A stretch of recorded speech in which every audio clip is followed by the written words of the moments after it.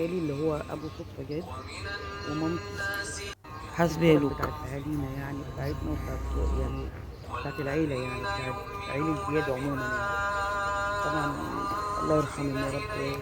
التربه بتاعتهم خالي فيها، وابويا واخويا واختي وامي واختي واخ صغير يعني من كام سنه الله يرحمه، وتوفى وهو عنده 4 سنين. الله يرحمه الخال الثالث. وطبعا الله يرحمه هو دي بنتي ودي بنت اختي.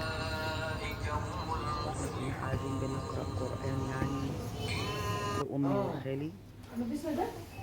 دي بنت اختي برضو، كانت اول مره لفي تقعد. لفي الطريق كنا تحت قاعدين يبقى قبلها في العيله تنزلوا متأخر يا بنتي.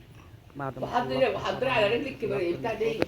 لا هي دي قبل كبرتايه كده وكلنا منه فيه. وشربنا لا بقى عشان لما تيجي ولحمه تنزلي من العربيه تبقى وفراخ دفت ورز وشربت معمر رجله كله. واكل يعني بجد. كان ابن يا الخال لوكا يا يا رب يخليها لنا يا لوكا رب. يا خالتي توتي يا كانت توتي. موجوده، كانت وحشانا قوي.